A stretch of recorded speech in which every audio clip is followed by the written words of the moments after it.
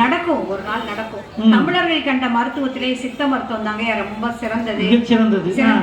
முருகப்பெருமான் கையில் உள்ள நாணத்தை அழிக்க விழுந்துங்க. வேல் வந்து நாணத்தின் அடையாளங்கயா. அதனாலதான் வேலுக்கு பாலாபிஷேகம் முதல்ல பண்றாங்க. அதுதான் நாணத்தோட அடையாளம்.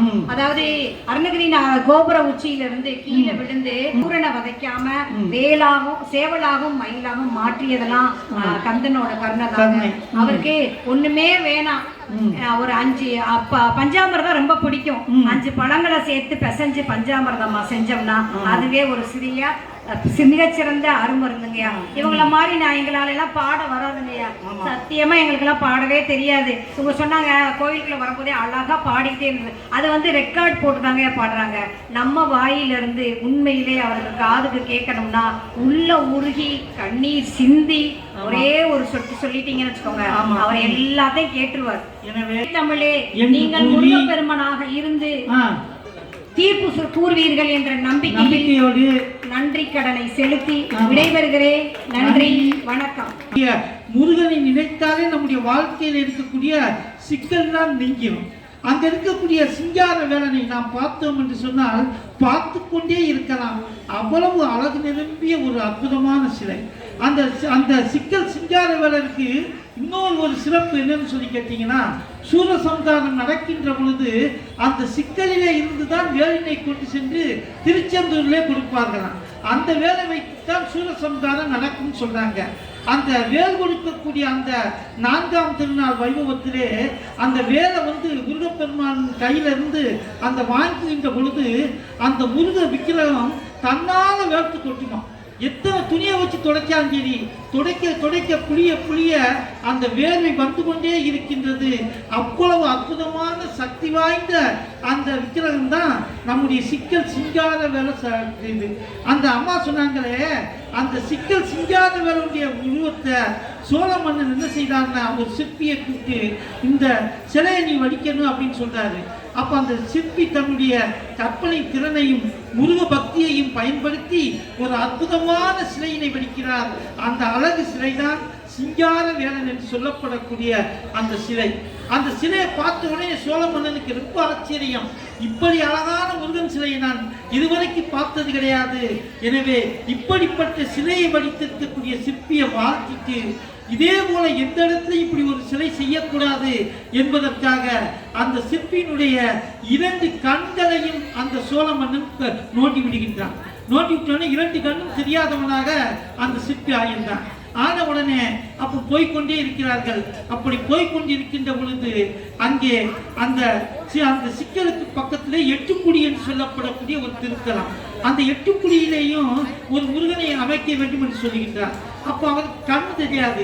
கண்ணு தெரியாட்டாலும் கூட தன்னுடைய கற்பனை திறத்தினால அப்படியே தடவி ரொம்ப அற்புதமான ஒரு சிலையை வடிக்கின்றார். அது சிக்கல் சிங்காரவேல் முருகனுடைய சிலை மிகவும் அற்புதமாக அமைந்து விடுகின்றது.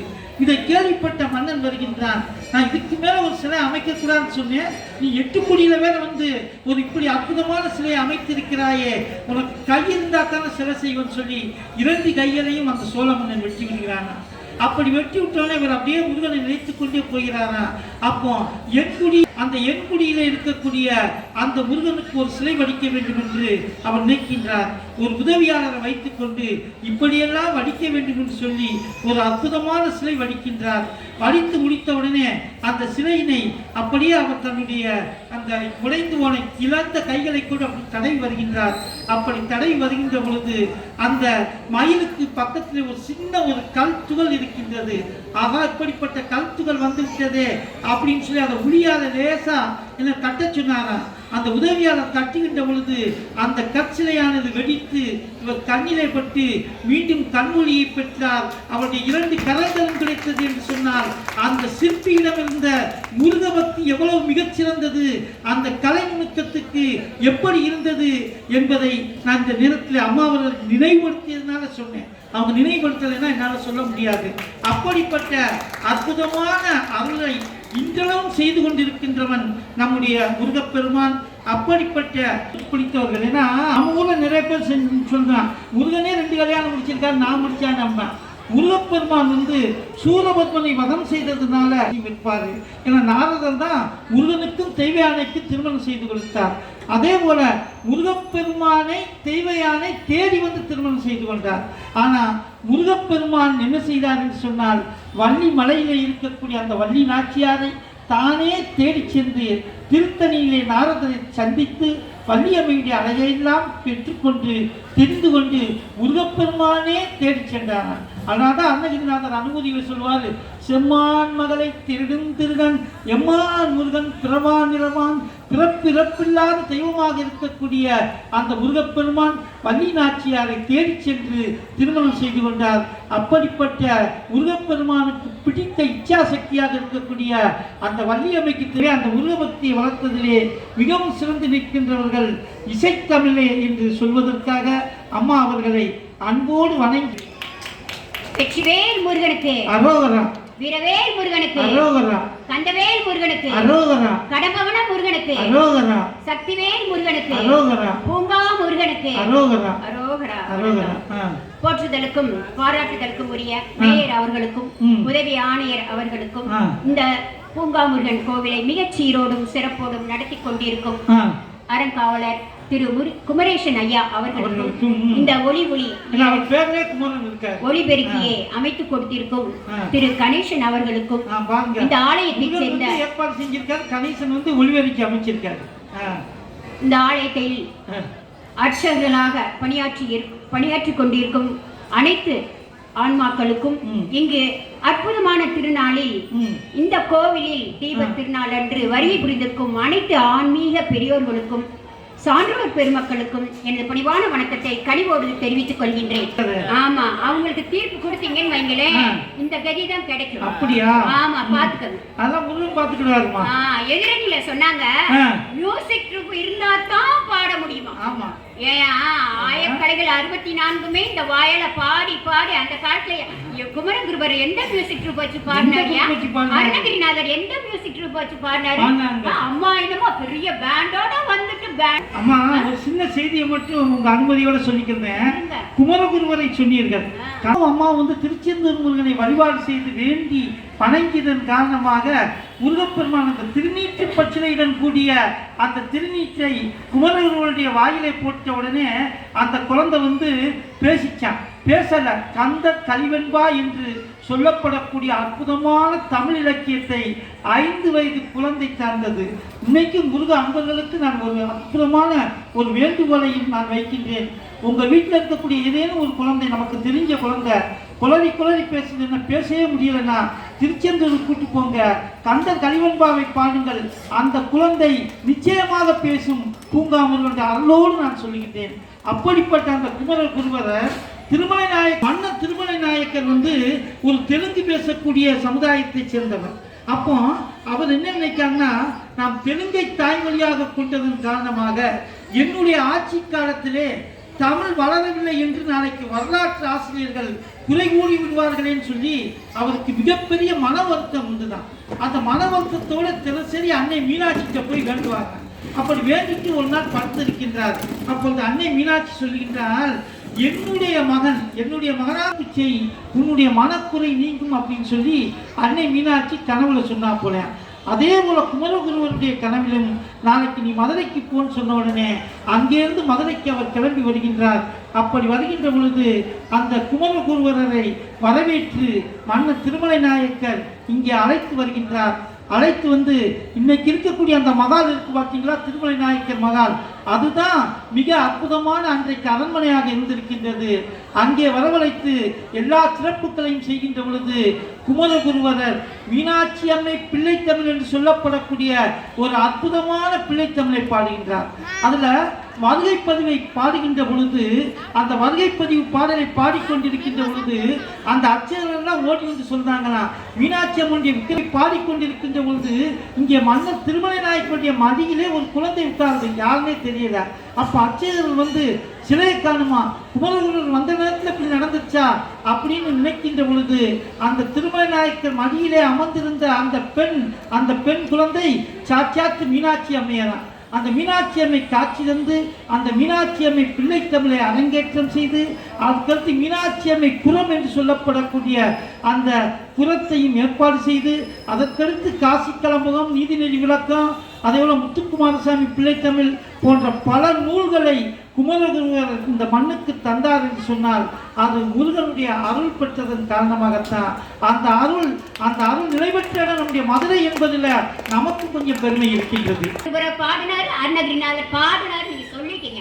இருந்தால் நான் கொண்டு வந்த வாதத்தை நான் நிறுத்திட்டேன். ஆமா, சொல்லாம போக கூடாது. கேளுங்க, மௌன விரதம் இருக்கேன் அப்படிங்கிறது யார் அவங்க மௌன விரதம் இருக்க சொன்னது? யார் உங்களை இருக்க சொன்னா? வீட்டுல இருக்கிறவங்களுக்கு சந்தோஷம். வீட்டுக்காரர் அன்னைக்கு தான் நிம்மதியா இருக்கட்டுமே, அது உங்களுக்கு பிடிக்கலையா? ஐயா, மௌன விரதம் இருந்தாங்கன்னு வைங்களேன், அது பெண்கள் மௌன விரதம் இருந்தாங்கன்னா ஆண்களுக்கு அவ்வளவு சந்தோஷம். ஏன்னா அதை கொடு இதை வாங்க ஏத்த விட்டு வர ஆடி கார்ல போற, நீ அந்த மேல இருக்கிற கார்ல என்னை கூட்டிட்டு போ அப்படின்னு வாய திறந்து கேட்டுக்கிட்டே இருந்து அவங்க என்ன செஞ்சாங்கன்னா இல்ல எங்க வீட்டுல என்ன செஞ்சாங்கன்னா எப்ப பார்த்தாலும் இருக்க வீட்டுல என்ன வச்சிருக்காலும் அதை பார்த்து உடனே வாங்கணும்பா.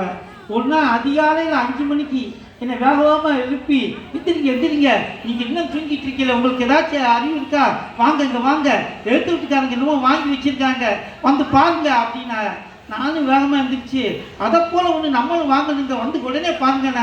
நானும் எந்திரிச்சு இப்படி பார்க்கேன், எடுத்து விட்டு ரோடு நிப்பாட்டியிருக்காங்க, அதை பார்த்துட்டு எடுத்து விட்டுக்காரங்க தான் வாங்கியிருக்காங்க, நம்மளும் வாங்கன்னு சொன்ன. இப்படிப்பட்ட ஒரு அபராசையும் பேராசையும் இருந்ததுன்னா எப்படிமா மௌன விரதம் இருக்கும்? உங்க வீட்டுக்கு ஆனா இசை வந்து நேசத்தை கொடுக்கும். முருகப்பெருமானுக்கு நேசத்தை கொடுக்கும். அது மாதிரி அழுகிறதுங்கிறதே இயல் தாயா, சிரிப்பது தாயா இசை. இயல் வந்து நிம்மதியை தேடும். எங்கே நிம்மதி எங்கே நிம்மதி இயல் இந்த 9 செய்தியுமே ஒவ்வொருவரும் சொல்றாரு. பூரா நம்ம கடினமா உழைச்சிட்டே படிக்கிற நேரம் இந்த முருகப்பெருமானுடைய பாடலை கேட்டோன்னு வைக்கிறேன், அவ்வளவு ஒரு சக்தி நமக்கு கிடைக்கும்யா. அது மட்டுமா இசை வந்து மழைய கொடுக்கும்யா. ஆனா இயல் இருக்கு பாத்தீங்களா, மழைய நிறுத்தும். அப்படிப்பட்ட ஒரு இயல்ல வந்து உட்கார்ந்துகிட்டு சாமி ஆரம்பிச்சுல இருந்து கண்ணீரு கண்ணீரு கண்ணீரு கண்ணீரு சோக கதையை கேளு இயல அப்படியா அழுக வைக்குது. இயல படிச்சா பைத்திய மாதிரி வாங்கிறாங்க. அதுவும் பாப்கார்ன் கொடுக்குறாங்க கூட பைத்தியம் படிக்கிறே. சுவாமி இப்படி ஒரு ஜோக்கு நம்ம வாழ்க்கையில கேட்டதே இல்லப்பா. அவங்க எப்பயுமே முன்னோரை நினைச்சிட்டே இருக்காங்கம்மா. ஆனா ஒண்ணு மட்டும் எதிரி நீரா ரொம்ப பாராட்டு, நம்ம எல்லாரும் ஒரு கை தட்டி கொடுத்து பாராட்டு. அவங்க சொன்னா அருமை சகோதரிகளுக்கு பணிவார்ந்த நன்றிகள் வாழ்த்துக்கள் பாராட்டுகள் சொல்லி நம்ம எல்லாம் கை தட்டிடுவோம். உண்மையை ஒத்துக்கிட்டா நம்ம கை தட்டுவோம்ப்பா. கை தட்டின அத்தனை நெஞ்சங்களுக்கும் எனது பணிவான நன்றிகள். ஐயா, உலகம் சுற்றும் வாலிபனாக வளம் வந்த முருகப்பெருமானுக்கு மயில் தான் வாகனம் வந்துச்சுன்னு உங்களுக்கு தெரியாது இல்லையா? அத இசை தமிழால கேளுங்களேன், எவ்வளவு அழகா பாடுறான். நீங்க சொல்லுங்க.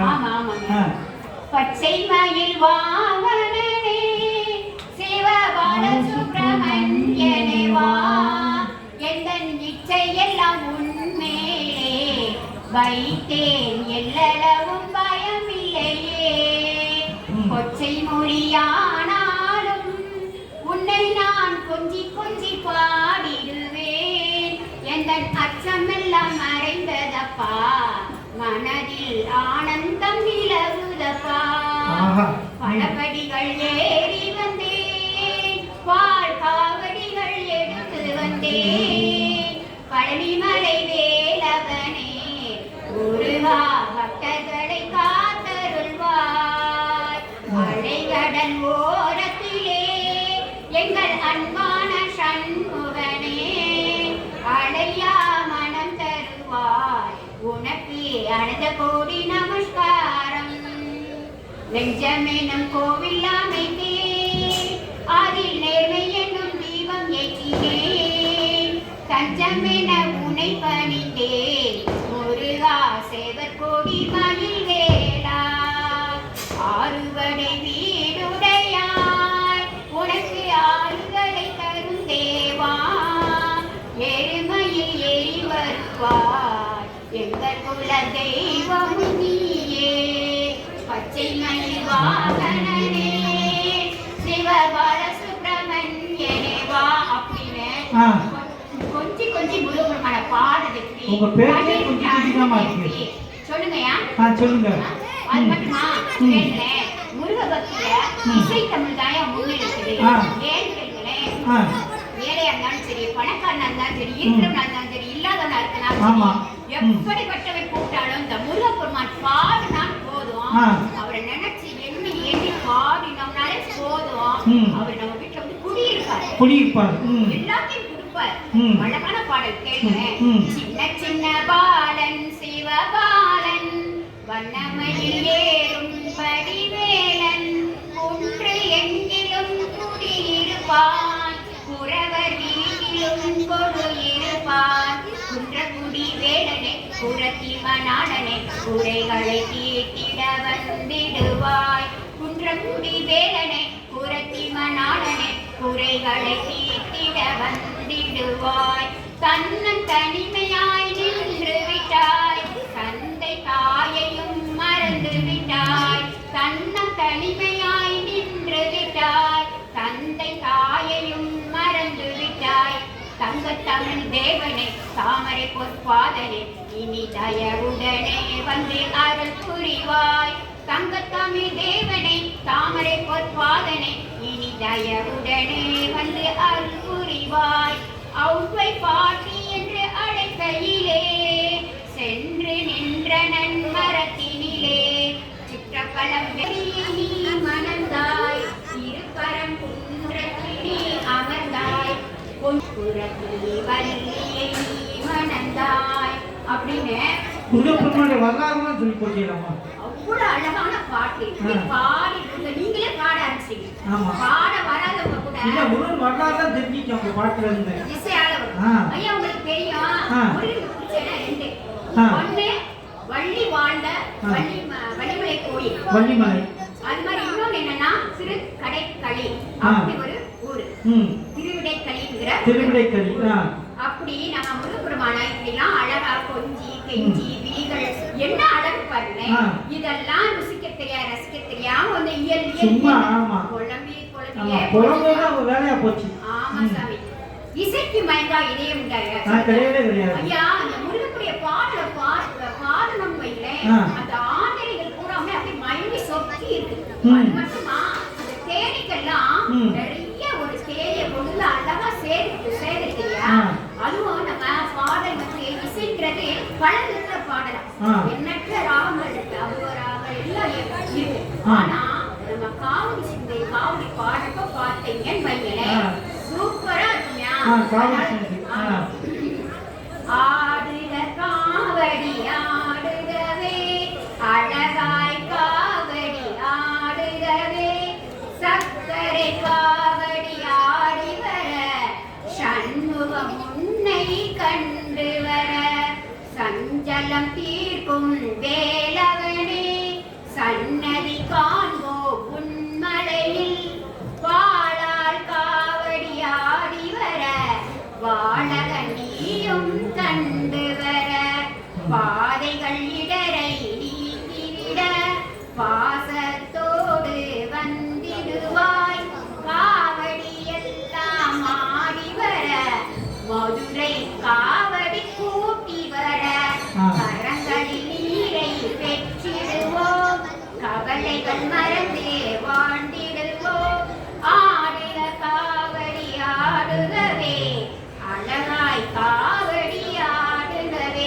அப்படி நம்ம காவடி வச்சுட்டு எவ்வளவு நடந்தாலும் முருகப்பெருமானுக்கு நிறைய அர்ச்சனைகள் ஆராதனைகள் செய்யக்கூடிய ஒரு சக்தி நமக்கு கிடையாது. ஐயா கவலையில மறக்கணும் அப்படின்னா தெய்வீக ராகங்களா தான் முடியும் அப்படிங்கிறது உங்களுக்கு தெரியும். அது மட்டும் இல்லையா, முருகப்பெருமானுக்கு எத்தனை முகம்யா? ஆறுமுகம். ஆறுமுகம் மான பொருள் நீ அருள வேண்டும் ஆதி அருணாச்சலம் அமர்ந்த பெருமானே ஏறுமையில் ஏறி விளையாடு முகம் ஒன்று ஈசனுடன் ஞான மொழி ஏறி விளையாடு ஒன்று எருமையில் ஏறி விளையாடு முகம் ஒன்று அப்படின்னாரு. அது ஏறுமையிலா எருமையிலா ஒன்றும் தெரியல. தமிழ் அப்படி தாளம் போடுது வேற ஒண்ணும் இல்ல. ஐயா ஞான குருவான திருவாண்டவரைய சுவாமிகள் என்ன சொன்னாங்க? முருகு முருகு என்று உருகு அப்படின்னு அழகா சொன்னாங்க. ஆமா, உருகுன்னா பாடணும். ஆமா, நீங்க வந்து நெய்ய உருக்குறது நினைச்சிடக்கூடாது. சரியா? அப்படி நம்ம உருகுனோம் அப்படின்னா நமக்கு வேணுங்கிற எல்லாத்தையுமே நம்ம கிடைச்சுக்கலாம் அப்படிங்கிறதுக்கு அழகா முருகனுடைய ஒரு பாட்டு.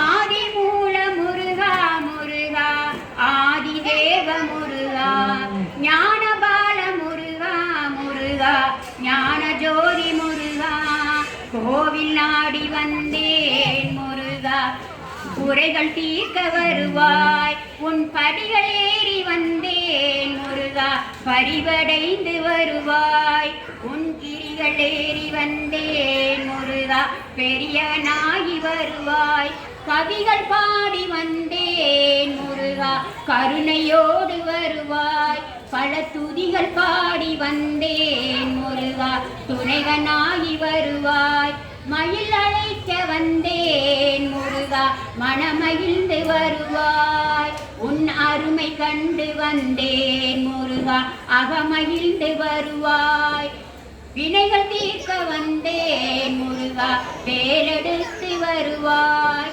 என் பாவம் அழிக்க வந்தேன் முருகா, பதமளிக்க வருவாய், அன்னை தந்தையானாய் முருகா, அரிய செல்வமானாய் அப்படின்னு பெருமாட்ட நம்ம சரணடைஞ்சிட்டாலே போதுங்க, ஜெகஜோதியா நம்ம இருப்போம்யா.